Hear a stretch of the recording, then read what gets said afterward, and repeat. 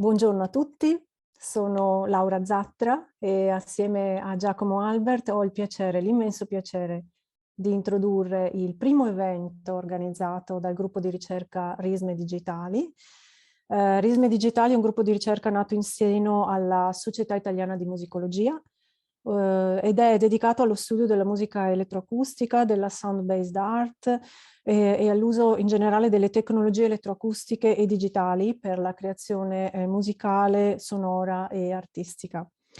RiSME Digitali riunisce un team interdisciplinare di ricercatori che si dedicano a questi temi con approcci musicologici diversificati ma interconnessi. Quello di oggi è il primo evento di una serie di presentazioni curate da Valentina Bertolani, ognuno incentrato su una pubblicazione recente, prestigiosa e innovativa, groundbreaking, quindi rimanete connessi per sapere quando sarà il prossimo incontro. Passo subito alla presentazione dell'evento di oggi. Oggi è qui con noi Nakai, docente alla Kyoto City University of Arts, che recentemente nel 2021 ha pubblicato per la Oxford University Press il magnifico libro Reminded by the Instruments David Tudor's Music, un volume dedicato alla figura complessa e molto interessante di David Tudors, performer e compositore. L'incontro si svolgerà in inglese. Lascio quindi la parola a Valentina Bertolani che riassumerà brevemente quanto detto, introdurrà Nakai e poi io e Valentina passeremo a porre delle domande a Nakai che ci porteranno poi a discutere con lui sul libro, sul suo processo di ricerca e sui risultati ottenuti, e lasceremo poi spazio tra un cinquantina di minuti, 55 minuti, anche alle domande del pubblico. Valentina, lasciate la parola. Good morning, good afternoon, or good evening, everyone. I am Valentina. Thank you, Laura, for this introduction, and thank you, Nakai, for being here with us to discuss your book. This is the first event of the group RiSME, a group that is dedicated to the study of electroacoustic and electronic music, and that is a study group within the Italian Musicological Society, SIdM. And we will have more events like this one in the next few months, so please stay tuned. And today we're here with Nakai, who is currently teaching at the University of Tokyo, and that in 2021 published an amazing book that we're so happy to discuss today, and that is Reminded by the Instruments David Tudor's Music. So without further ado, I welcome everyone, and I welcome Nakai. So hi, you, and if you want to take the stage and tell us a few words about your book before we start a dialogue. Okay. Thanks, Laura, Valentina, and Giacomo for inviting me here. I'm a bit camera shy these days, so I find it uncomfortable to talk in these online sessions showing my face. But recently I found a nice solution to this problem, so I'll be using this photo of me wearing a mask of my face while I talk, and I hope that's okay. And thanks everybody for coming. I just wanted to talk briefly at the start, and the first thing I would like to say is that although this book came out last year, I actually finished writing it in December of 2018, which is more than 3 years ago. And it didn't come out right away because there was this whole nightmarish process of obtaining all the copyrights for more than 300 images that I used, which took just forever. And then this pandemic situation took over along with several other things that delayed the whole publication until 2021. And now I'm telling you this up front because there are two significant things that happened as a consequence of this passing of time. And one is that my memory of what I wrote has become pretty vague. And I don't remember so clearly now about all the details of analysis and arguments. And the other thing is that I spent the last 3 years in Tokyo living in a Japanese environment, so that my English, which is actually my third language, has been deteriorating day by day. And this means that slowly it's becoming difficult for me to read English, including things that I wrote myself. So even if I remembered what I wrote, I might no longer understand them. And adding to this is also the fact that because this is a book on electronic music with a lot of schematics written in English with more than 700 pages and is unfortunately very expensive, I still haven't met any actual person in my daily life here in Japan who is reading it. So no friends, no family members, no colleagues, and no students. So because of all this, I've started to feel very strongly that I wrote the whole books in a dream or in my past life. But I suppose that also, that's also the good thing about books, that once it's out in the world, it gets out of your system. And not having anyone around me who has read the book is also a strange blessing, since it gives me the freedom to move on and do other things, as if I had not written a very long book on David Tudor. So that's what I've been doing since I wrote the book, and perhaps there's a time later to talk about some of those other things. But I wanted to start by saying that this kind of event therefore has a very surreal feeling, as if what I had thought was a dream suddenly turns out to be actually true. And this is, of course, not to say that I'm not happy to be here, and I'm very grateful to Valentina, Laura, and Giacomo for inviting me. But it's just to say that I can't help but feel like this book was written by somebody else, in spite of my name being on the cover, and that feeling might influence how I will be talking about it today. So I need to be kind of constantly reminded, and that's what the title of the event indicates. And it's good to be reminded. Though I need to confess that I try to prepare myself by rereading the book, but I didn't get quite far since it's so very long. And but I was told that many of the people here may not have read it yet, and that I should offer a brief introduction of sorts.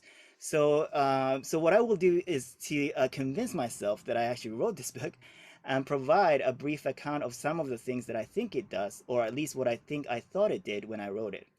And most of what I'm going to say would be redundant for people who have read the book, but I'm doing this for people who have not, so please bear with me. And so this is, of course, a book on what a musician named David Tudor did, along with how and why he did them. And it is also sometimes about what he might have been thinking when he did these things. The way I go about doing this is by connecting many materials that Tudor left behind as if they were pieces of a giant puzzle. So the important thing is that the whole picture emerges from within that process as a byproduct or a side effect almost. And that's why it feels like a bit of a cheat to give away a quick overview to people who have not read it.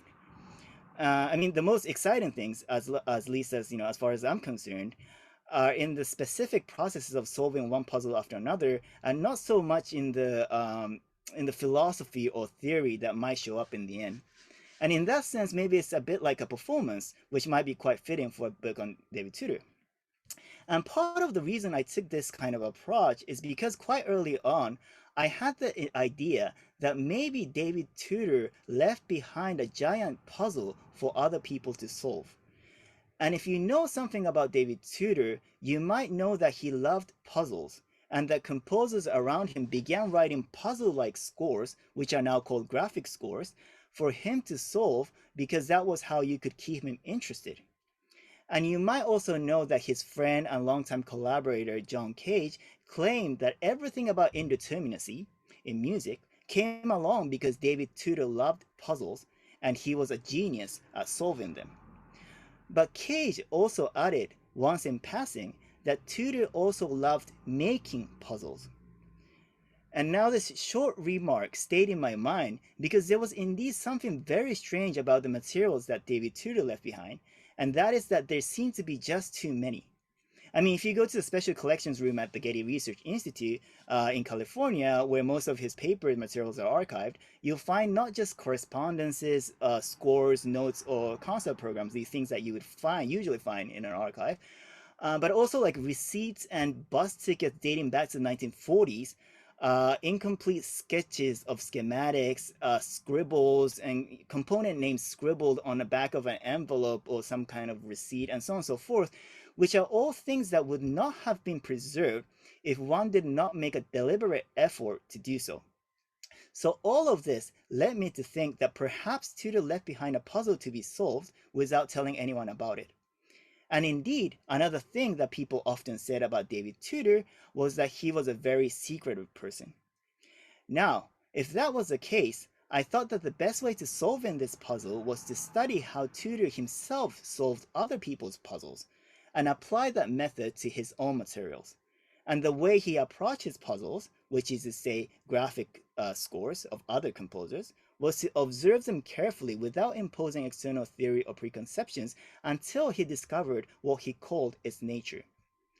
And so, as I went along connecting the pieces, a picture did slowly begin to emerge, which was a picture of an exceptional multi-instrumentalist who always made music through specific engagement with particular instruments. And the structure of the book follows this course, dedicating each chapter to a specific instrument that Tudor engaged with, more or less in a chronological order, starting from the piano and moving on to the amplified piano, and then to sound systems, bandoneon, a giant pavilion, an entire island, the voice, and so on and so forth. And again, all this feels a bit distant for me now, talking, about the book like this. But one of the things that I liked about the book when I reread it a few days ago in trying to prepare myself for this event was actually the style of writing, which was largely determined by the fact that when I was writing it, I was living in San Diego with my son Avi, who was 6 years old back then. My daily life consisted in dropping him off at school in the morning and then biking to Ocean Beach, which is a famous hippie beach in San Diego, and spending the whole day there smoking and writing until it was time to go pick him up. And when I picked him up, Avi would ask, "So how is the book coming along?" And I would do my best to explain what I had written that day so that the 6-year-old could understand. And then we'll read portions of the manuscript before he went to bed, and I would give me, he would give me comments, and I would revise accordingly after he fell asleep. So I think that whole process made the book quite readable, or at least I did my best to make it so. But I also think that it added a kind of a bedtime story feeling to it, which is what came back to me quite strongly when I reopened the pages. So what I was reminded of most wasn't any particular argument or analysis that I made, but those 2 years in Southern California, which I spent writing the book with Avi, and perhaps especially because those days are gone now. And okay, well, I should stop now since this is an academic meeting and we should have a scholarly discussion without my nostalgia getting involved. So I'll hand the virtual mic back over to Valentina and Laura for questions, which I may or I may not be able to answer. Thank you.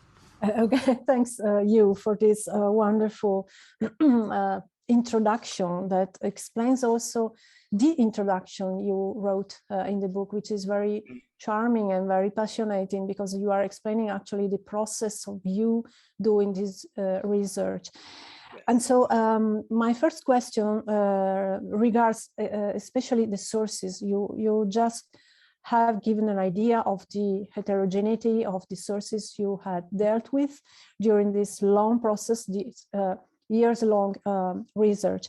But could you explain a little bit more what were the sources in this magnificent archive, or I should say archives, that you had the opportunity to see, and in reconstructing this puzzle also, from your impression, you could derive from the archives. Is there, what were the connection between these different sources, these different typology of sources, and the fact that he decided to produce these sources, or at least to leave these sources somewhere? Well, the sources can be largely divided into 3 groups. And like I mentioned, almost all the paper materials, along with many recordings, are preserved at the Getty Research Institute in Los Angeles, California.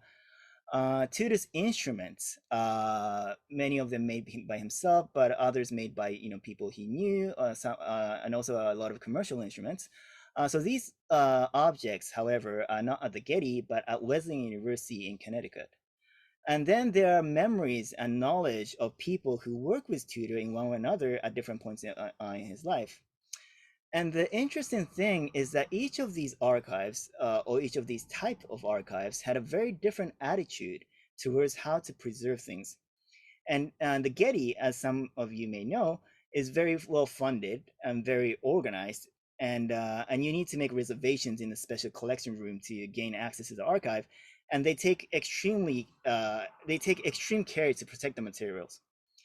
A Wesleyan, on the other hand, is much more relaxed about everything. There are no curators. You just need a quick email to check if the room is available. And when I first went there in 2010 or 11, the instruments were all clustered in various cabinets and suitcases inside a classroom for students to access quite freely. And now, as far as I understand, the reason the instruments ended up being a Wesleyan is because Getty didn't want them as they did the paper materials.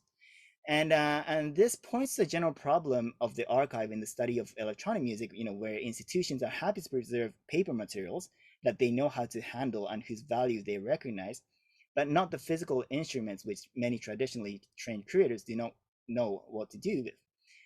And so this was kind of like a general issue that became more and more apparent to me as I went around meeting tutors collaborators like Alvin Lucia or Gordon Muma, who would have old instruments that they made back in the 1960s or 70s stuck up in a storage space or in the basement, not having found any appropriate place to go. And this is something that I have recently been discussing with Valentina and actually Luisa, who's here, since it can since it can also connect to their research, and so maybe we can talk about that more later.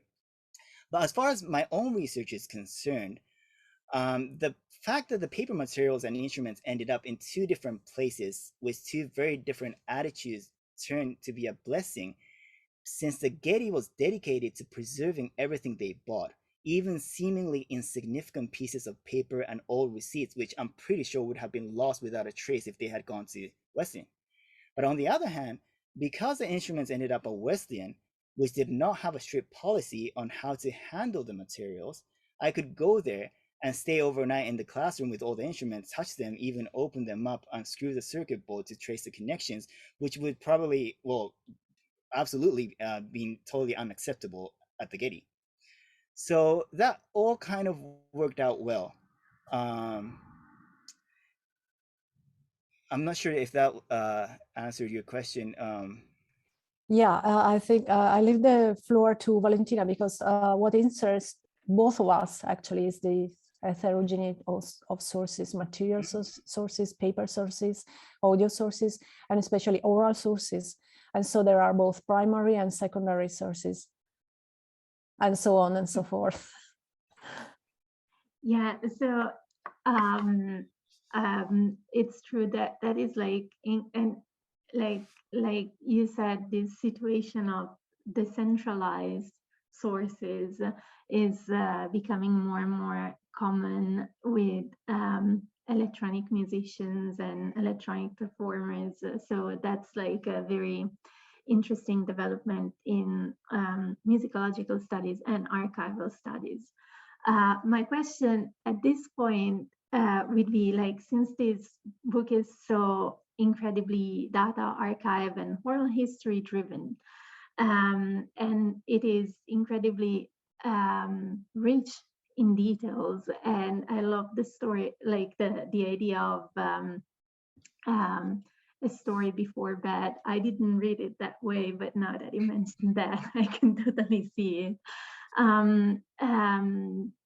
And like, it's so rich in details that I actually heard people referring to your work as forensic musicology, which is like a kind of definition that I absolutely endorse. So if you had to select one or two major myth-busting opportunities that this approach allowed, what would they be?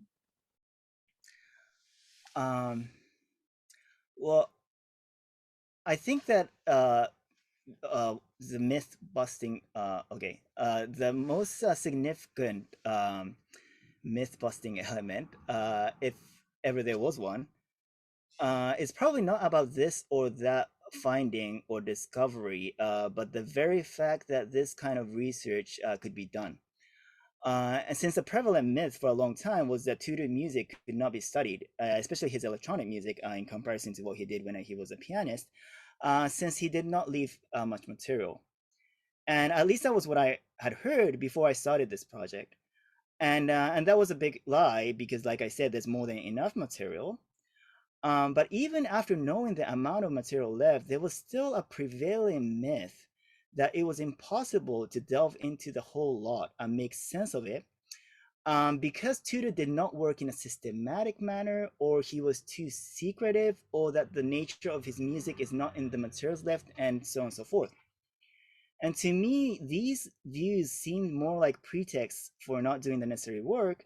So my idea to regard the entire corpus of materials Tudor left behind as a giant puzzle waiting to be solved was to some extent a counter myth that I fabricated to bracket these other stories out, so that I could encourage myself to do the only thing that I thought should be done, which was to actually delve into the materials.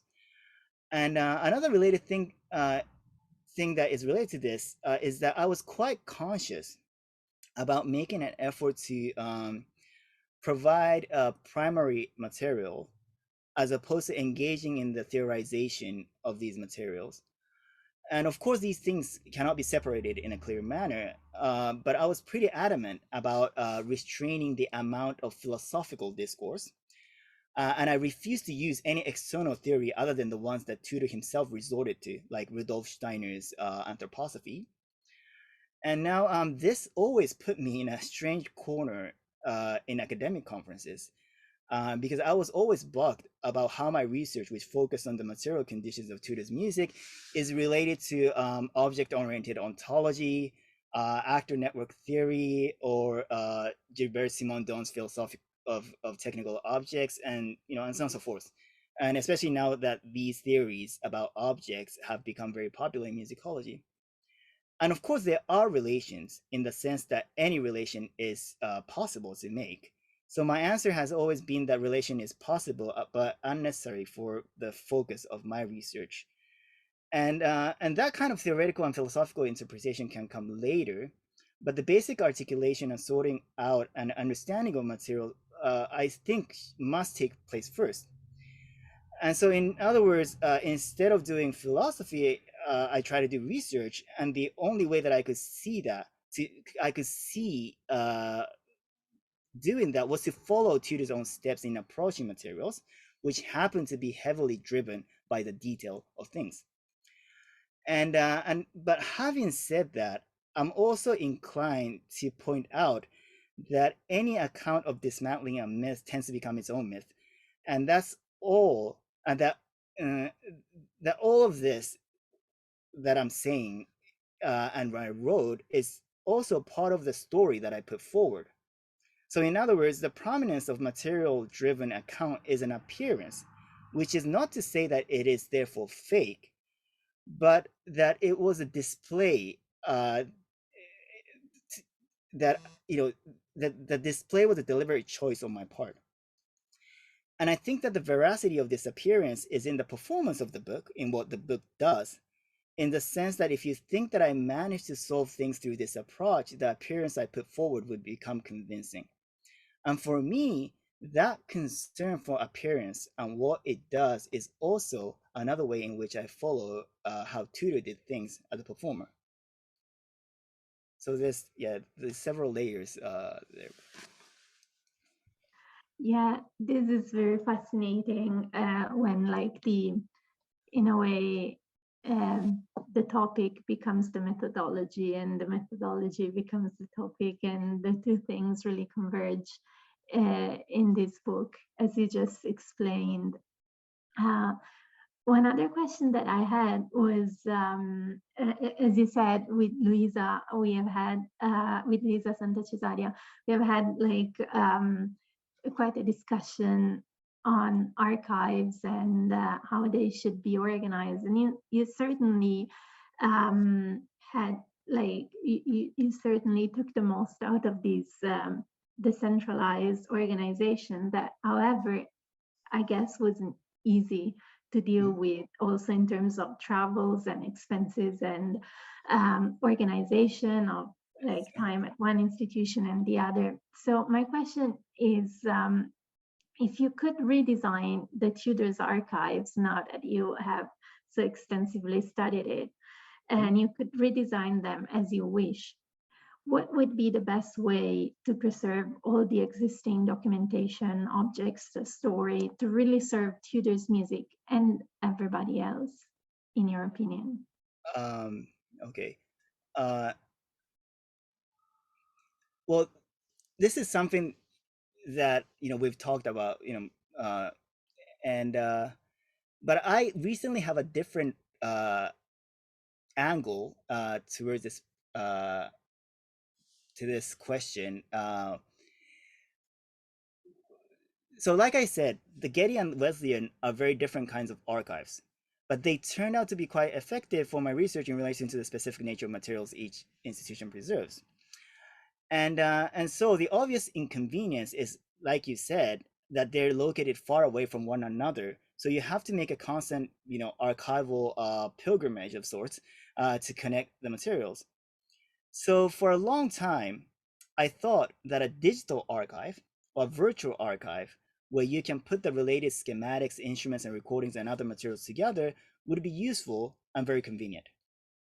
However, I recently feel that maybe the very inconvenience of traveling to these different places, as well as, in terms of interviewing collaborators, going to meet all these different people who are dispersed in different parts of the world, is significant and informative in its own right. And recently I was asked by a student newspaper of the University of Tokyo, so I was asked, which tutor piece would I recommend to a young person who does not know anything about experimental music?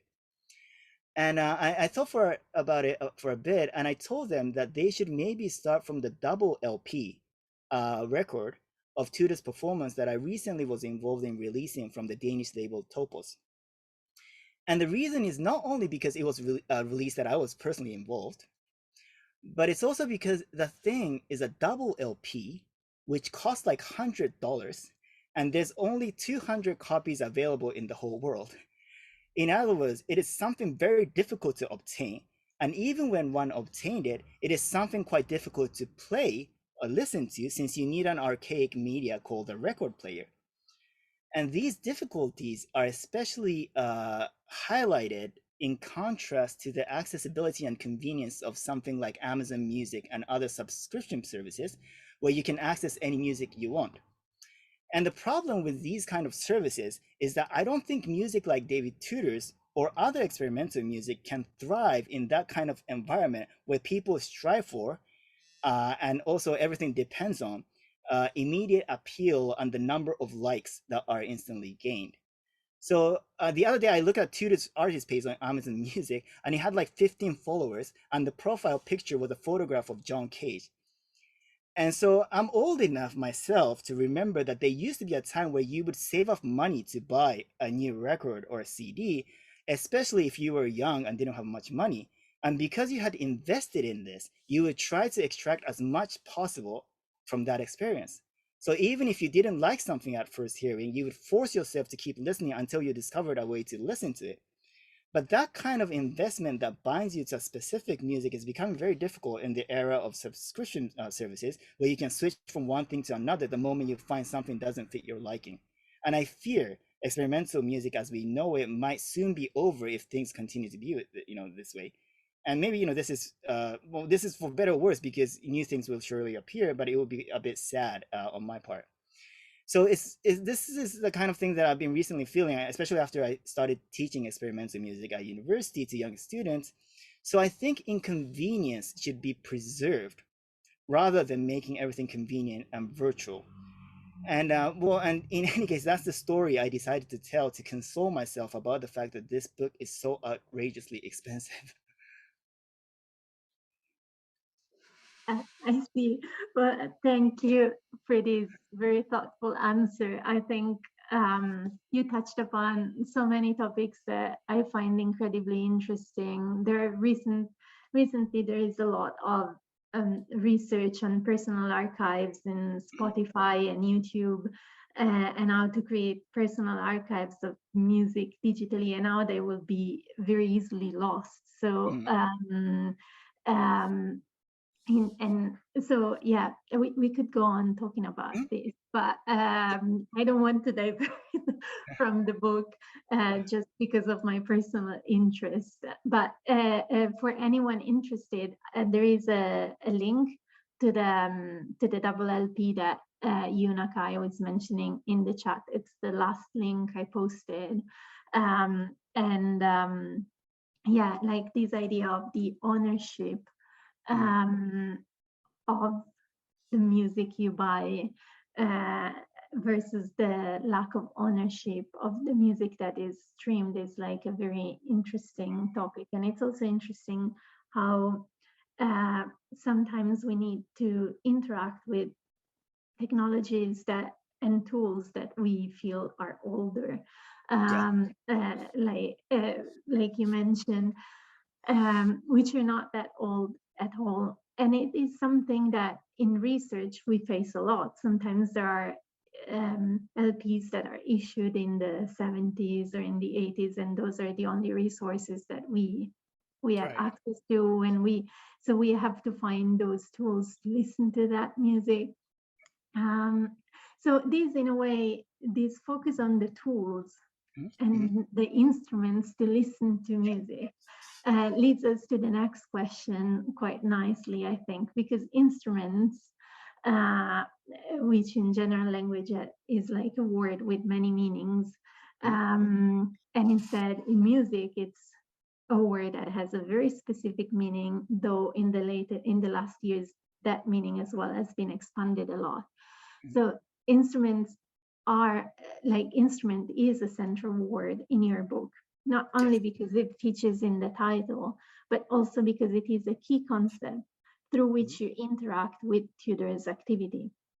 Yet sometimes the situation, I was struck because the situations that you investigate through the lens of instruments are usually described as installation, performance, and compositions.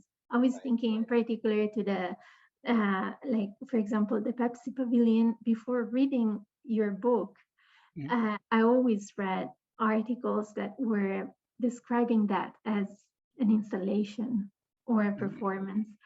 So I was wondering if you could tell us what is an instrument for you, why the concept is so useful to investigate tutor, and how did you start to think it was a central concept for you to engage with? Okay. I already mentioned how this word instrument emerged first as I went on putting the puzzle pieces together. And John Cage once noted that David Tudor's nature was not to repeat what has been done. And this is very true, as Tudor kept changing, so much so that there might seem to be no overall coherency in what he did. And usually this constant change is reduced to a simple matter of transition in the middle of his career from being a performer to being a composer. And although people have discussed when and how this transition happened, it always seemed to me that there was something very wrong here, because in many ways, Tudor was always composing the music he performed, even when he was realizing graphic scores written by other composers. And he went on, he kept performing what he composed even after he supposedly became a composer. So it felt like this distinction between performer and composer didn't seem to have the right resolution to capture the change that Tudor went through. In contrast, focusing on instruments allowed me to track Tudor's shift in trajectory in a much better resolution, as it was based on the specific materials that Tudor worked on quite deliberately and consciously. So the changes he went through could be mapped onto the difference of actual instruments he used and not the conceptual roles that he played or other people cast onto him. Now, I understand why you asked this question about, how what's an instrument for me. Because I only give just a minimal definition of what an instrument is in the book, and that is that it's any material that is used to realize performance, which is also the how Tudor used that word, and I don't develop this definition further, and the reason there's several reasons for that. And what I think is related to the very nature of definitions. And so there are two basic ways to define something, which in logic, they distinguish as intension and extension. And intension is the internal content of something, and extension is all the external instances of that thing. And you can approach what you're trying to define from both sides, but in Tudor's case, the extension of what he calls an instrument is remarkably extensive, including not just all the objects that people normally call by that name, but also humans, sounds, wind, pavilions, and even islands. And since the given extension is so broad, intention should be kept as minimal as possible to accommodate that expanse. Another way of saying this is that I was more concerned with examining how this term, instrument, appears specifically in David Tudor's use, rather than setting a general definition that tried to encompass all possible uses of that term. So instead of asking what instruments are in logical or conceptual terms, I tried to see what they did in actual practice. And from that perspective, what is more important, from that perspective, what is important is that anything can potentially become an instrument, but not everything is actually an instrument. And because of this, I admit in the book that despite the central concern for the nature of musical instrument, my study isn't really an exercise in organology, the study of musical instruments, though I do feel a strong affinity with the various threads of critical organology being developed by Emily Dolan and other scholars. Maybe the other thing that I should mention here is that if there is no general definition of an instrument, there is also no such thing as an instrument in general. And Tudor indeed had a very strong preference for certain kinds of instruments over others. And in particular, he is known to have disliked electronic instruments that he regarded as being too stable or too predictable, like many commercial synthesizers. And what he preferred instead were instruments that were unstable and unpredictable, which is to say, instruments that were more indeterminate in terms of their performance. And this is probably because not knowing what will happen keeps things lively in a performance. And it occurs to me that the term live electronic music, which is said to have evolved in relation to what Tudor and Cage began doing, is usually understood as simply performing electronic instruments live as opposed to playing something that has been recorded in advance. But I do think that the term live here refers to something more than just doing things on the spot. It's more about the quality of sound and music being lively, which is actually a term that Tudor also used quite often. And that quality of being alive is based on the condition of being open to the future. So if tape music is not live, it is because everything has been determined in advance and you know what's going to happen, which also means that there could be a tape music that is lively too. And I think Tudor explores some of that in his music. And just one more thing. So indeterminacy in this understanding lies in between one instrument and another. So it concerns a relationship between multiple instruments, which means that for Tudor, an instrument is also never singular. So even when there's the only thing you the only thing you see on the stage is a piano, there needs to be a pianist or some other entity to activate it. And the list of material conditions for realizing the performance just extends all the way to the space of the performance with certain qualities in terms of resonance and scale and so on.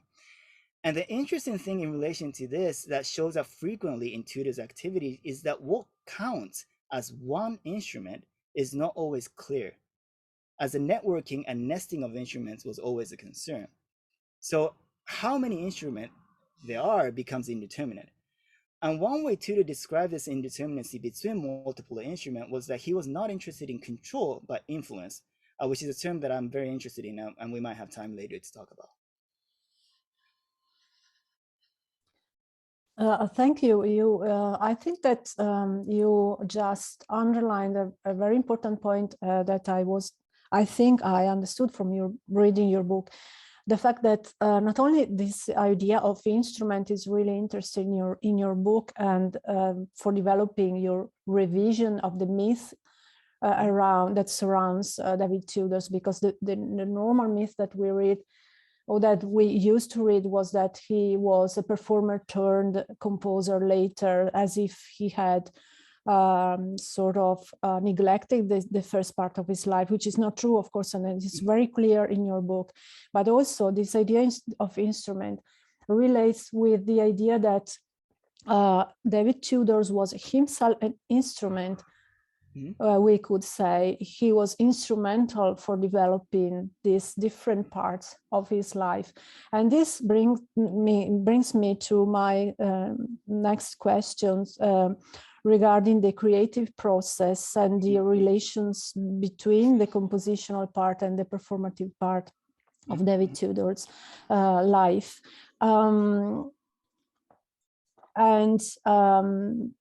From a methodological point of view, at least for those of us who are scholars of creative processes, how did you place yourself in front of these aspects? I mean, precisely how, and if you can identify links and relationships between David Tudor's activity of performer and David Tudor's activity of composer, and what did you find, and how did you manage to study both dimensions, which is actually one unique dimension?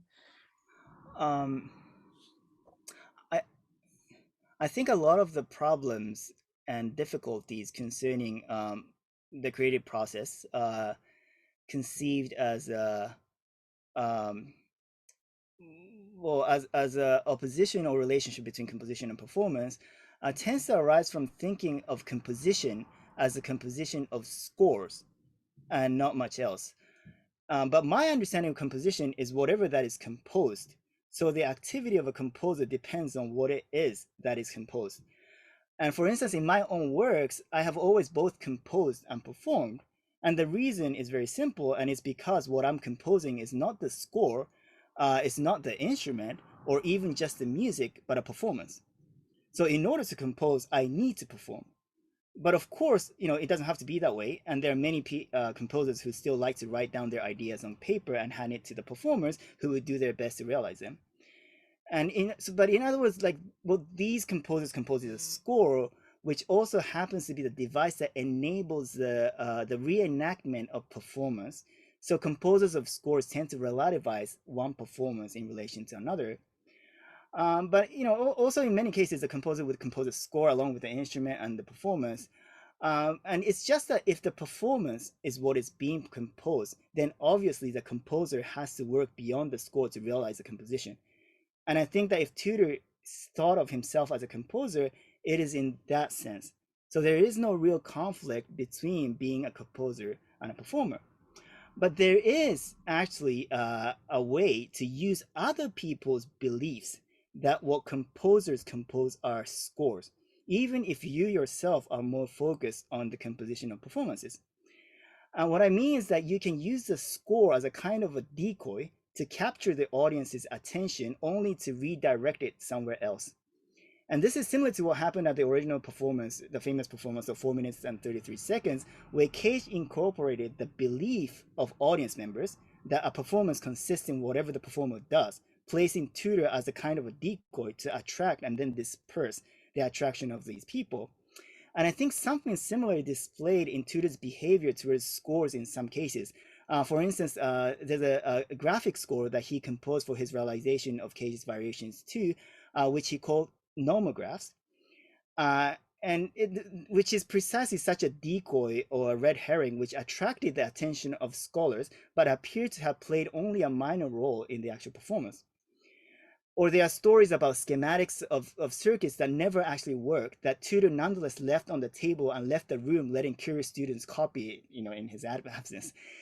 So the question is, why did he mock people's belief in the composition of scores? And I think one reason is because belief in the score is a belief in text. And belief in text is a belief in something one can hold, read, and copy and possess as knowledge. Whereas performance is more difficult to possess because you become physically involved within it. So even in the middle of the performance, anxious audience members tend to seek for something that allows them to establish a view from outside that is more stable something you can take home, like a photograph or a recording, the quote unquote concept, a diagram, or and so on. And that's one of the reasons I always have issues with critics, but that's another story. Thank you. This is another very rich answer, and somehow it brings back this idea of ownership and this sense that ownership of something physical is more reassuring than ownership of something intangible as knowledge. And so about this specific topic, I would like to read a passage from your book, and maybe you can expand more, because I think it connects a lot with what you were just saying. So at page 54, within the chapter called Piano, you say, indeterminacy that takes recourse to the bias of materials. And then in the footnote to that sentence, you say, the focus on bias reveals the distinction between determinacy and indeterminacy as a spectrum instead of a polarity, as a matter of degree rather than of kind. For example, a musical score can be understood as a textual bias which constrains, through written signs, language, or musical symbols, the possibility of what can be done. Tudor's approach reveals other forms of material biases that are not textual but physical. The negative nature of bias is also reminiscent of the approach in cybernetics that you then discuss later in chapter 4. I found this passage very intense and dense and rich, and in a way it goes against your previous claim that you didn't philosophize too much about the sources that you present, because this passage is incredibly dense and in philosophical terms. So I was wondering if you can expand a little bit more on this. Okay. Well, I think it's that's why I put it in a footnote because so bias is a word that usually has a very negative connotation, as some damaging deviance that must be fixed in one way or another. But this becomes less so when people talk about electronic circuits, where bias refers to some voltage or current that is deliberately applied to make the circuit operate properly. And probably with this kind of context in mind, bias was a word that Tudor used sometimes to paraphrase what he called the nature of materials. And now the interesting thing about this paraphrase is that it turns a positivity of nature into a negativity, because as I write there, bias does not identify, but it constrains. So it's not about what something is, but it's about what something is not. And using this notion of bias provides, I think, an interesting way to see things like scores or instructions or the relationship to performance, which is described by terms like indeterminacy. Because if scores are biases, telling the performer the constraints to be imposed in the realization of a performance, then even the most detailed score would still be indeterminate, in the sense that there will always be some liberty within any given constraint. So, like a positive leeway in the sea of negativity. And so indeterminacy becomes a matter of degree. But there are other materials that impose bias on what can be done, and that's precisely what instruments are, including the body of the performer, although the bias implemented by an instrument is usually different from that of the score, since it does not operate by language or symbols, but through their distinct physicality. So one can distinguish between textual bias and physical bias. And I feel that provides a clear way to see the relationship between scores, instruments, and compositions. And so, for example, one thing that I note in chapter 1 is that there is a gradual rising of physical biases over textual ones towards the end of the 1950s. And for instance, the status of a score moved from being a textual bias to a more physical bias when John Kay started making transparency scores, transparency materials, which Tudor had to manipulate, superimpose, take measurements, and read off values to specify parameters. which is to say that these scores started approximating the status of an instrument. And as if to react to this, although the causal relationship probably ran back and forth, Tudor takes a parallel path where he starts combining electronics with piano and designing his own instruments. So in other words, he delves more and more into the composition of physical bias. So basically that's the outline of what I was thinking. But the last reference to cybernetics, I think, is where the quote unquote philosophy comes along. And the negativity of bias, reminds one of cybernetics. And this is especially in relation to the way that Gregory Bateson formulates it, as I quoted in the footnote, because one of the things that Bateson says is that whereas causal explanation is positive and describes events as being produced by one thing moving another, the cybernetic explanation is negative in that it considers first a universe of possibilities and then asks why so many of these possibilities did not materialize and what kind of restraints stopped them from occurring. And as you can see, this is very similar to the model of performance, where there is some material that provides a universe of possibilities, which is biased in multiple ways to produce a specific realization. And universe of possibilities actually happens to be a term that Cage used to describe the status of musical parameters that he'll list up as being usable in a piece before they were subjected to chance operation. And this connection actually can be explored more in detail. And this is not something that I wrote in the book, but it can be explored more in detail because one of the things that I found out recently is that the term performance starts proliferating in various disciplines after Norbert Wiener, the founder of cybernetics, started using this word in the early 1940s as a paraphrase of the word behavior when he was trying to translate the model of behaviorism from humans to machines.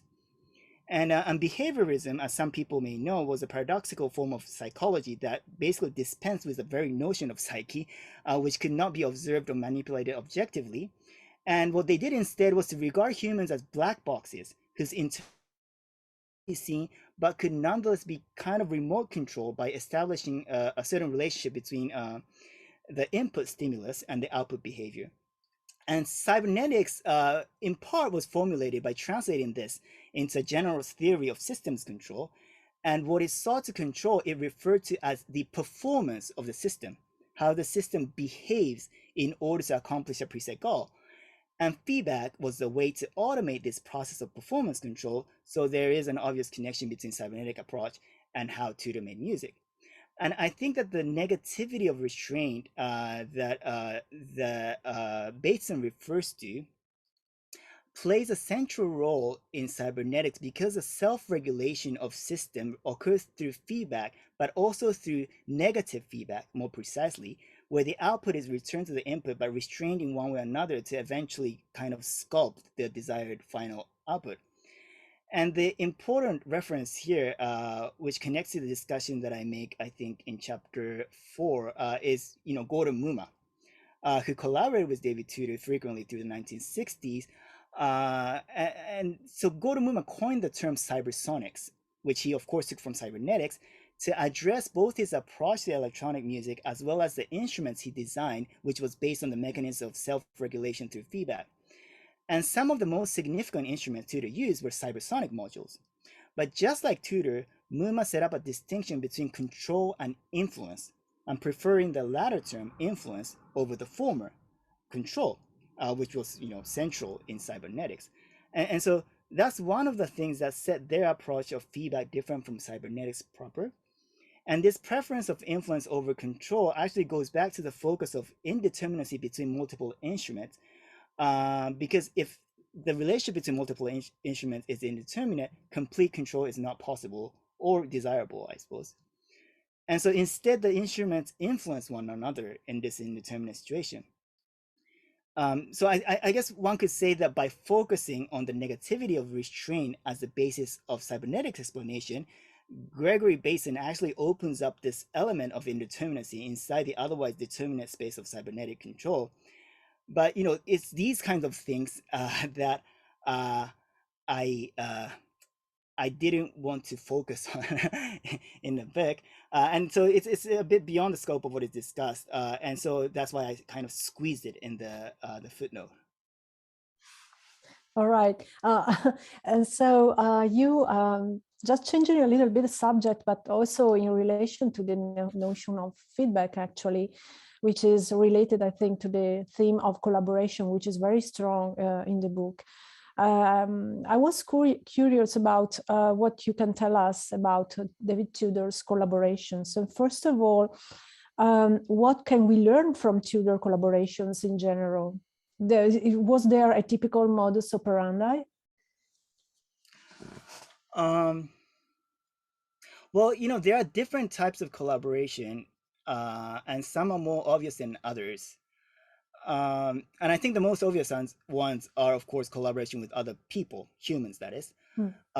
And the good thing about them is that I could still talk with many of these collaborators. And what struck me most when I began interviewing people was that everybody had a different story to tell. And sometimes these stories didn't quite fit together, but that discrepancy itself was in many cases useful or informative. And so, for instance, one person would tell me how Tudor worked in one specific manner, and then another would tell me a very different thing. So I learned that it was typical for Tudor not exactly to lie, but to reveal one aspect of things to one person and another aspect to another person. So perhaps it could be said, you know, in terms of the typical modus operandi of Tudor's collaboration, was that each collaboration was different in that sense and therefore not typical. But there is one thing that does emerge as a sort of a coherent thread throughout the many collaborations, which I think is very important, is that, and that is that Tudor was not good at or was not interested in producing materials from scratch, if such thing was at all possible. I mean, he was discouraged when he tried out composing scores early in his career, preferring to perform materials written by others. And even when he supposedly started composing his own works, he would always start from some given material, which could be a sound source or a specific circuit he found, and so on. And I think that's one reason he liked collaborations, because he could inevitably receive input from others as material to work on.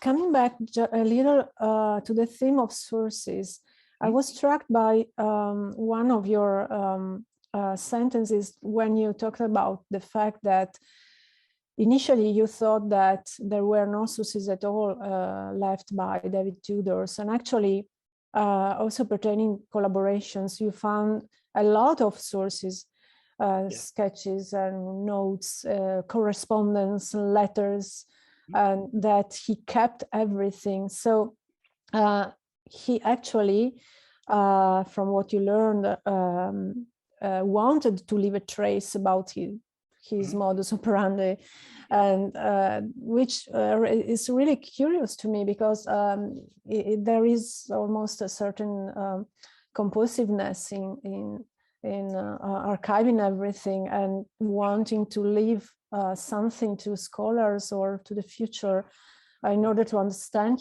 this way of collaborating. Is that right? Is that my impression?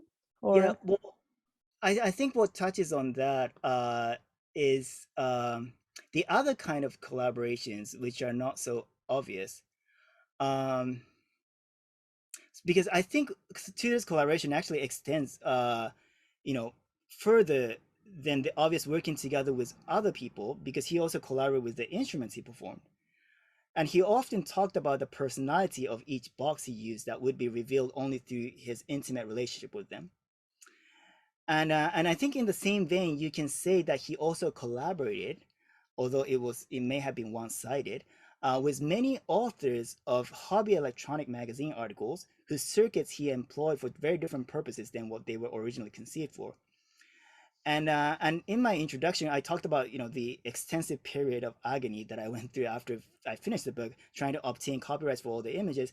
But there were some nice moments during that process when I contacted some of these authors of hobby electronic magazines for permission to reprint an article they wrote 50 years ago, which they had absolutely no idea that it had been used to create some of the most radical electronic music in the 20th century.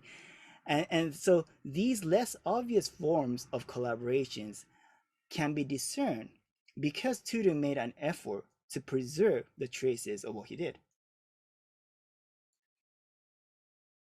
And I suppose there's a whole issue of what kind of mindset it requires one to save this amount of material. And well, it's very difficult to say because, for example, the way I organize my materials is pretty tidy and makes a lot of sense to me. But my family always complains that it's a total mess because things are everywhere, which is incidentally what my son also claims when I complain that his room is a mess. So we all have different perceptions of, what is organized and what is tidy. But I do think that in his effort to preserve things, Tudor was very careful and meticulous. And I do think, and so that connects to my idea that these things were left deliberately. And part of that reveals collaborations that are not as obvious as these working together with other people.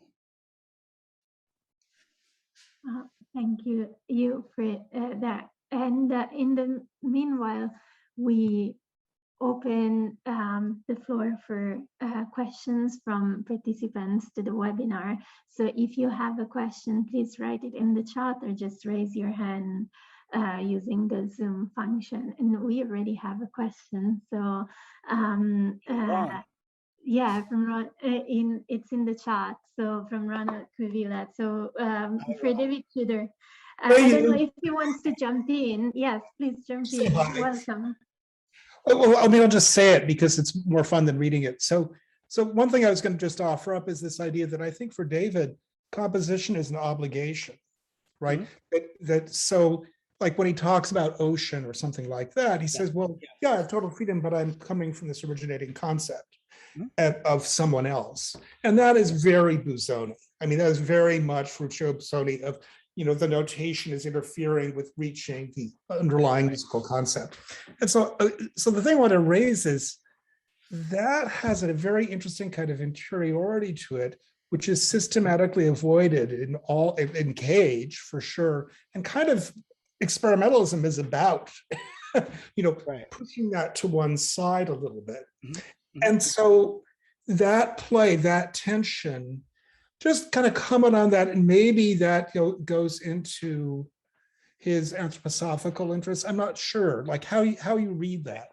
Well, I think that it might be useful to recall that there were these public compositions. In other words, the compositions that he framed as such. But then there were all these other activities that were never framed using the term composition. And one of the things that Gordon Muma told me was that the event that Merce Cunningham Dance Company musicians did, which was not a company repertoire, so there was no pre-established music for it. So that became a side of improvising new ideas and new instruments. And well, basically Gordon told me that a lot of the works kind of stemmed out of those practices. And the reason they stemmed out and become framed as a composition, many times it had to do with the fact that Tudor was commissioned to make a piece from the Cunningham company. So he had this necessity to frame it as such. And so so it depends like what kind of composition I think you are talking about. And I do think that the official officially framed compositions do have the characteristic that you were just describing.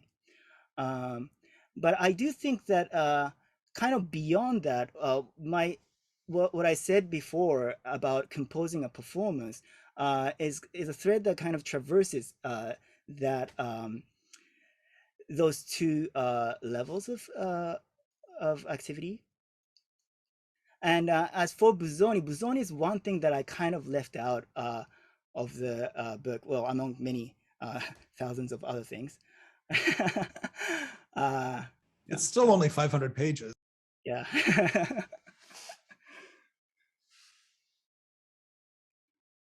Thank you for both the question and the answer. That was very interesting. I don't know if there are any other questions from the audience. If so, please raise your hand. Oh yes, Julia Sarno, please. Hi. Hi. Hi, Valentina. Hi, Laura. And hi, you. Nice to meet you. And thank you, Valentina and Laura, for this wonderful opportunity. And thank you, for being here. Yes. I was curious because Laura in the beginning mentioned that the book relies a lot on oral history, and you were mentioning a few people that you interviewed during your research. And I was wondering, how did you choose who to contact and who not to, and how you conducted the interviews, and if you, if it was just one shot interview, or if you had, a more substantial dialogue with some of the people that you decided to contact, and so how you worked. Yeah. Well, in terms of the first question, I basically tried to interview everybody I could, and most times, well, most people were very generous, and they responded, and so I could just set up a meeting and interview them. There were a couple of people who I couldn't access for various reasons. Some of them were very critical in terms of certain aspects of Tudor's work, and I just had to let that go. And in terms of whether it was just like a one-time occasion, that depends, because I went around interviewing people, but then with several of them, I started working very closely. So for example, John Driscoll and Phil Edelstein of Composing Electronics, or Julie Martin of Experiments in Art and Technology. So these are people who I first contacted for an interview, but then either they would invite me to, for example, perform Tudor's pieces with them, or I would just run into them in some other place, and it just kind of a relationship developed. And I'm actually working with many of them right now on several projects, which I can mention later or now, but yeah. Well, please mention them now because they're very interesting. So please go ahead. Okay, let's see. So one recent thing that happened is I worked recently with, I was talking about the double LP that we released, and that was a project with Julie Martin, who I just mentioned, and Jakob Kierkegaard, who is a younger sound artist, and that was a release of a series of recordings by Tudor as a double LP, and it came out last year, I think. And so this was a set of recordings, one of which was made in Ahmedabad, India in 1969, when Tudor went there to set up the first electronic music studio in the country at the National Institute of Design. And he brought himself Moog synthesizers, with which he made some recordings. And he brought this recording back to the States and used it as a sound source throughout the 1970s, including a concert that was organized in 1979 at Xenon, which was this discotheque in New York. And we found the tapes from this performance at Julie's place. So we decided to release it together with our Ahmedabad recording, which was used as a sound source for that performance. And then, you know, I wrote a long essay, which is attached to the LP as a booklet. As it happens, there has also been a simultaneous surge of interest in Ahmedabad, India, at the National Institute of Design to look back on its history. And their archive section organized a series of international online conferences where I gave a presentation and Julie gave a presentation, which happened last summer. Another thing that I'm doing with Julie, and this is related to the chapter, I think chapter 4, where I discussed the piece called Bandonian Factorial. So this piece, Bandonian Factorial, was presented at a festival of collaboration between artists and engineers that took part, that will happen in 1966, and this was called 9 Evenings. And the thing that I'm doing now is working with Julie on a book of 9 Evenings, because Julie is the director of EAT. And this is interesting in the sense that it was a book that was first planned in the immediate aftermath of the festival. So there is almost an almost completed manuscript with chapters and text and instructions to include which photo or image and where to place them. And this was planned to be published by MIT Press in the early 1970s. But for some reason, the publication reached some kind of halt and never got, you know, released. So I'm working with Julie to make sense of what the original publication intended to be, but also thinking of ways to reflect the 50 years of time that has passed since then, during which Julie has conducted more interviews and found more photographs and so on. So it's like a book which documents a book that documented the 9 Evenings, and that layering is kind of interesting and something to think about. Also, there's another. Well, I can just keep, but maybe if you get another question. Yeah, no, all these projects are so interesting, and it just shows how generative this research is beyond the scope of this book. Which is let me very just add one more thing. I'm sorry to interrupt.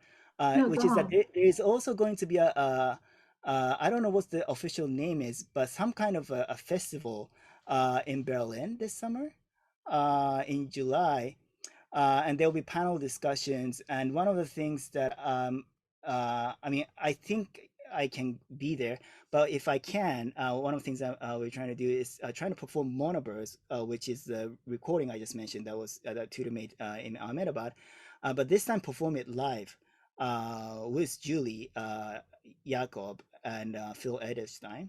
And this festival will feature many other performances of Tudor's pieces, several by Michael Johnson, who is a very good friend of mine, and who was essential actually in understanding many aspects of Tudor's instrument, because Michael was Michael was actually here, so generous in sharing with me his expertise on electronics. So that is going to happen over summer, and so that's something to look forward to. That is very exciting. And Michael Johnson just wrote in the chat that the Berlin Festival will be called Uncertain Territories. So that sounds very exciting. And I hope, I certainly hope to participate or to hear more about that somehow. And thank you, Julia, for your question that opened up this discussion. So we're going towards the last 15 minutes of our meeting. So if you have a question, please put that in the chat or raise your hands. Otherwise, I will just ask the question about voice. So like the chapter on voice in your book is just really very interesting, and that voice has become a more and more important topic in scholarly investigations.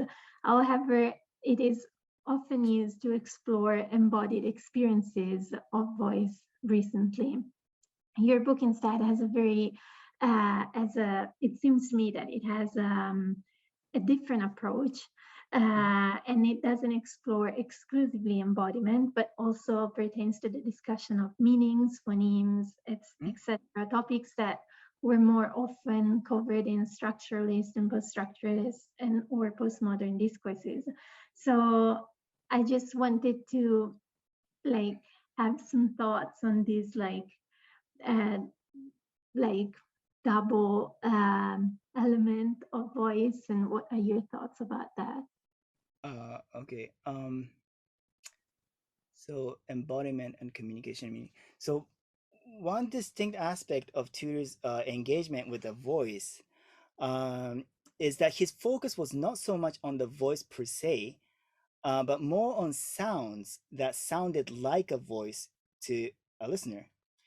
And this is indicated in one of his what I call pseudo vocal music pieces, which was titled "Likeness to Voices," which I also use as a title of my chapter.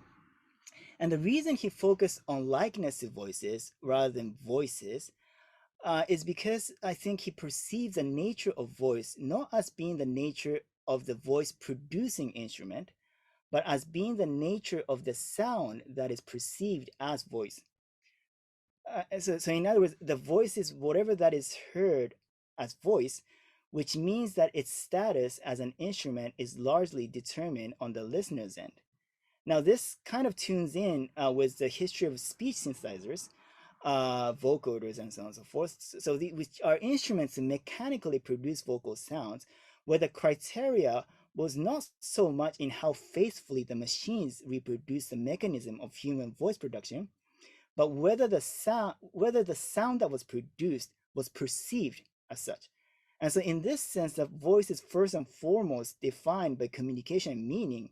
And even if you want to focus on the aspect of embodiment, you can see from the long history of people who've struggled to have their voice heard, that the fact that a voice is not a given. So the issue of communication meaning actually cannot be discarded even when approaching the voice as an embodiment.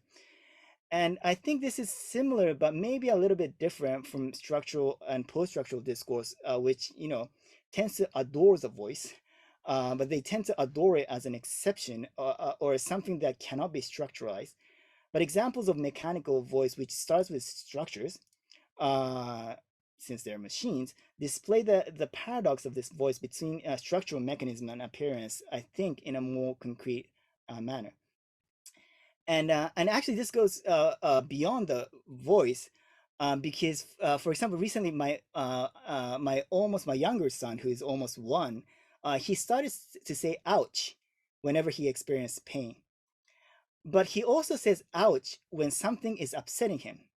So when I try to kiss him and he's not in the mood, he will say "ouch," as he does when I don't give him an apple that he wants or whatever.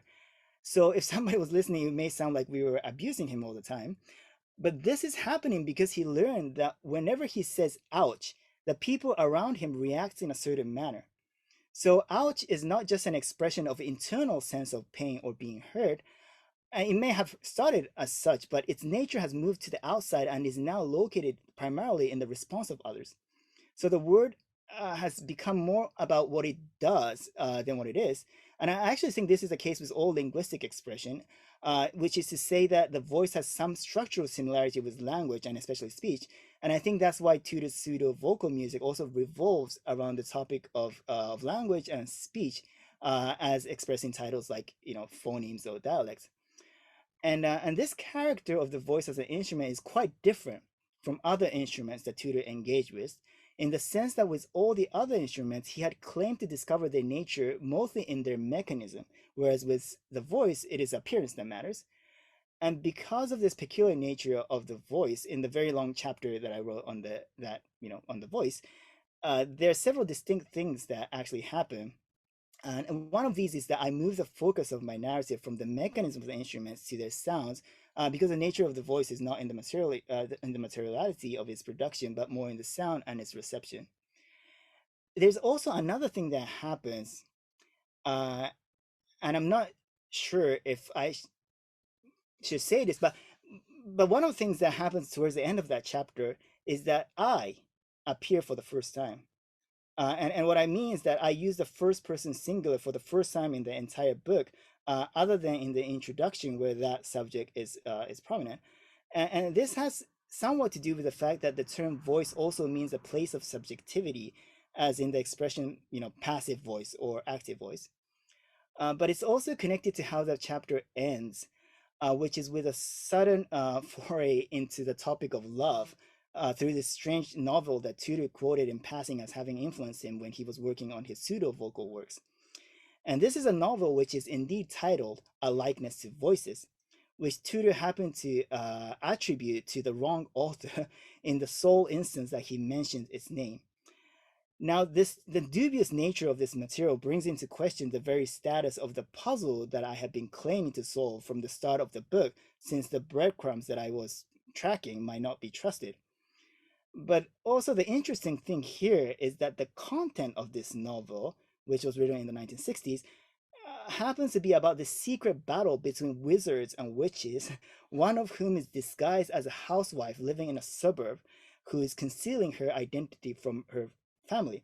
So the story itself deals with attempts at reading traces of failing to do so, as well as what solves things in the end when one cannot believe in what one sees or hears anymore. And that's something, according to this very dubious piece of the puzzle, is love. So there is that mechanism here where my voice appears for the first time to reveal the mechanism of the book, or at least, well, that's what appears to take place in that chapter. Oh, this is, thank you. This is very fascinating. I jump in because if nobody has another question, I would like to, I have a curiosity actually. I discovered in reading your book, David Tudor's great interest in Rudolf Steiner's thought and philosophy. So my question is, how much this philosophy, this way of living actually influenced David Tudor's music, and also how much did you read about Steiner? Because there is so many things that you wrote, so many books, etc. And I imagine you found everything on David Tudor's archive. So I was really fascinated in this relation, which I discovered for the first time. Well, in terms of how much it influenced his approach to music, I would say profoundly. A lot of his ideas about sound come actually not from John Cage, but from Rudolf Steiner, as I wrote in the book. In terms of how much I read, well, I read a lot. And one thing that allowed me to do that is because there's a very nice online repository of his of Rudolf Steiner's text, which is translated into English as well. And so I made use of that source. One funny thing that happened because of this connection between anthroposophy and David Tudor was that I was invited to give a lecture at the headquarters of anthroposophy in Oslo, and this was about 3 years ago, and they wanted me to talk about, well, Rudolf Steiner's influence on David Tudor. So I went there, and they had been telling me over email that the room that I was going to give lecture was a very prestigious room where Rudolf Steiner himself designed, I forgot, it was a window pane or something, and gave lectures 100 years ago. So I was a bit nervous because one of the central things that I wanted to convey was that David Tudor was a very avid and enthusiastic reader of Steiner's philosophy, but also he kind of read Steiner in a very peculiar way. And for example, one instance of that is if he were, if we were to think music in terms of everything that Steiner said, David Tudor's choice of instruments is just like, absolutely, you can't think of a worse thing, because first of all, the piano was criticized in anthroposophy, or at least in Steiner's writing, as the symbol of materialism, and then, but what was worse than piano was mechanical music. And so there is that there's also, so there, on one side there is an influence that you can actually perceive through the things that Tudor says, and also the notes that he took, but there's also that big discrepancy, and that was what I kind of struggled to convey both in Oslo and in the book. And I was kind of afraid to bring this out in Oslo because I was facing a room full of anthroposophists, but it turned out that a lot of members there were pretty young, and you know, they were kind of students or young artists, and so in the end, you know, they enjoyed what I had to say, and so yeah, that's it. And do you think that he was able to solve these discrepancies? I mean, he was a pianist after all, yeah. and anthroposophy criticizes the use of the piano as a mechanical instrument, but also the history, the idea of the history of music developed at the anthroposophy. And he, on the contrary, was developing electronic music, so mechanical music, and yeah. Well, I think, you know, I'm not sure if it was something that he wanted to resolve or even perceive as a problem. One of the things that a lot of people have told me, and actually, you know, I've observed this in many cases, is that Tudor, on one hand, he says he's interested in the nature of a specific material or instrument, but many times it seems that he kind of his use of that specific instrument goes against the conception of whoever invented it, and so I think it's a similar thing that's happening here. So and that's the way that I describe this in the book, where you know, I think what he read or he perceived what the nature, or what he thought to be the nature of Steiner, which was useful for his activities and understanding things, and so on and so forth, and basically disregarded the rest.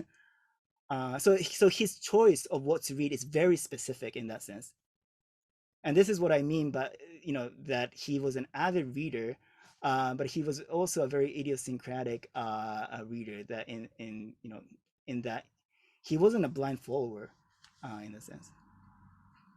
That is very interesting. What you say reminded me of the fact that within the Italian music history of that time, Giacinto Scelsi was strongly affiliated with Rudolf Steiner philosophy. And in a way, there are aspects of Giacinto Scelsi's music, and especially approach to study Giacinto Scelsi's music that have similarities with like the questions and the issues that you raised with Tudor. And in a way also this inability to study Giacinto Scelsi, or perceived inability to study Giacinto Scelsi, that it's a myth busted by Marco Fusi recently. So like there are very strong and interesting interconnections between these two composers and performers that I never thought about, and that you're just making emerge. So thank you very much for that.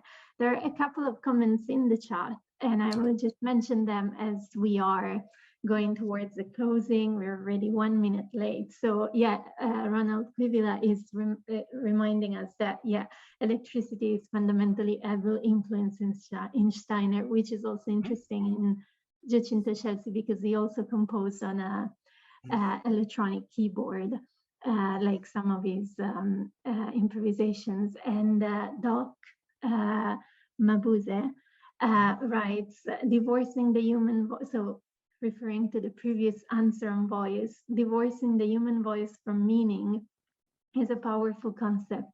It is almost a shame that you Italians and Japanese cannot experience the sound of your languages the way that I do, since I only understand English. That's an interesting comment. I have to say that although I was born in Japan, I left Japan when I was 5. I grew up in England and then Mexico, and so I'm back in Japan. I speak Japanese, but I don't really feel that Japanese is my mother tongue. So, but neither do I feel that Spanish is my mother tongue nor English. So in that sense, I do experience the sound of, so it depends what you're calling your language. But in any case, I do experience that. It's just, I mean, I think meaning is maybe too powerful a word, but what I was trying to get at is that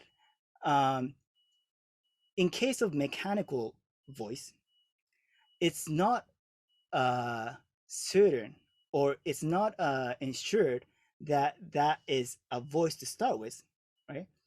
So there has to be some level of meaning and communication involved to acknowledge that as a voice to start with, even if you wanted to divorce that from meaning afterwards.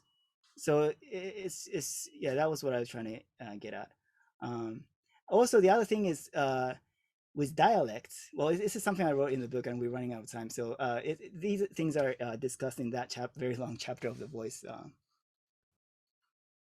Yeah, the dialects part was like very interesting. Yeah. The other thing about and this is what Ron says, and it's very interesting because he says electricity is a fundamental evil influence in Steiner, and he uses, Ron, you use the word influence, and one of the things that I've been doing recently is to kind of trace the whole history of this notion or the concept of influence, because influence is, when you think about it, influence is a very strange term in that it doesn't seem to explain anything really. It's an explanatory term that everybody uses when they can't really explain a relationship in a more rigorous or determinate or mechanical way. And that's why the same term is also used to address the phenomena of contagion through virus or germs that one cannot hear or see, as in flu, right? So which comes from Italian influenza. And also it is used to describe the effects of alcohol or other kinds of substance intaking, which affects your psyche. And that's why when you drink and drive, it's called driving under the influence. But when you start delving into the history of where this strange notion comes from, you go all the way back to the ancient lineage of occult philosophy and medieval and Renaissance astrology, where it was believed that the power emanating from the stars and shining on different things on this earth directed the course of things. And influence comes from the Latin influentia, which in English means influx, something that flows from one place to another. And furthermore, is this notion of celestial influence working over great distances and controlling things from far that served as a foundation of scientific study into the nature of electricity and magnetism, like the one conducted by William Gilbert in 1600, which also then had impact on Newton's approach to gravity, as well as the occult notion of animal magnetism developed by Anton Mesmer in the 18th century. Which then inspired things like, the development of psychoanalysis or spiritualism and so on. And my feeling is that David Tudor, who was very much into the occult philosophy of Rudolf Steiner, and also studied the history of esoteric spiritualism, as you can see from his notes, I think he was aware of this lineage to some extent when he used the word influence to describe the relationship between his instruments. So one research I'm doing now is to trace back this history of influence all the way from ancient astrology to today's influencers, because influence is also a prominent word in the internet world, and to connect that to the topic of indeterminacy, and also the topic of neural networks, which I discussed in the last chapter.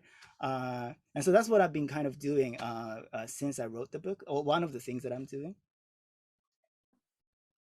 That is so interesting and so promising, and I think we're bound to invite you for your new book very soon. Then your book on influence.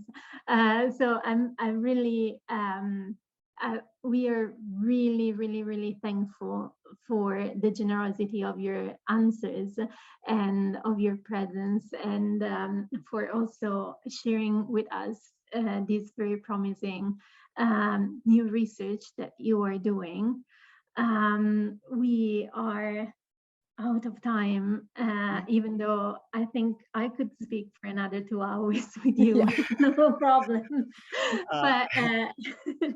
But yeah, so Laura, I don't know if you have just some to close, we received you received many compliments also. Bravo, your gross on influence was particularly beautiful, and this was great, etc. So thank you again, you, and thank you the Società Italiana di Musicologia for hosting us in this webinar, and for the SIdM for supporting us during the organization and everything.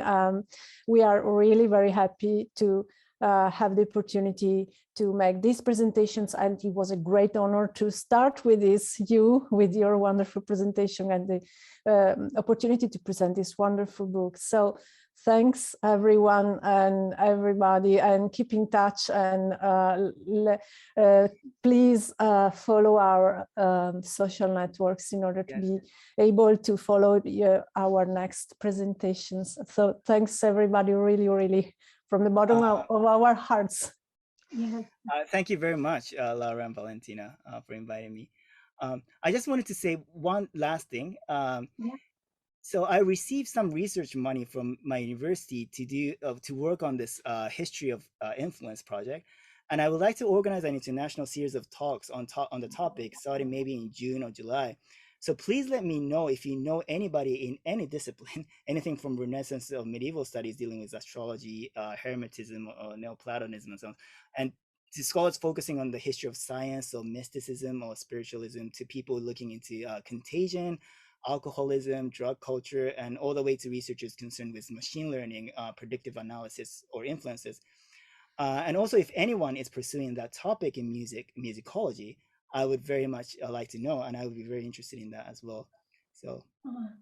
Oh yes, thank you for sharing this, you. And yeah, I hope that like this event might be also a chance to stay in touch on certain topics, and so please contact us through the email, like the technical email that was in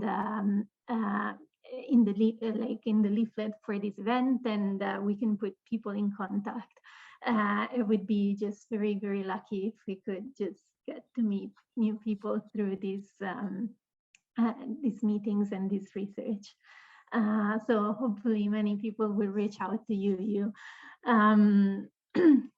Is there a way that they can contact me? Oh yeah. Do you want to put your email in the chat? Yeah. Well, that's okay. As a direct. I can put it. Yes, I'm trying to find it. Yeah. Okay, so in the meantime, thanks everyone who participated as a guest, and even those that are following or will follow the live on Facebook. So I think we are coming to a close. Okay, perfect. So thank you everyone, and please have a wonderful evening, afternoon, or morning, or day, whichever time zone you're in. Thank you very much to everyone. Bye-bye. Thank you very much. Bye. Thanks you. Bye. Thank you.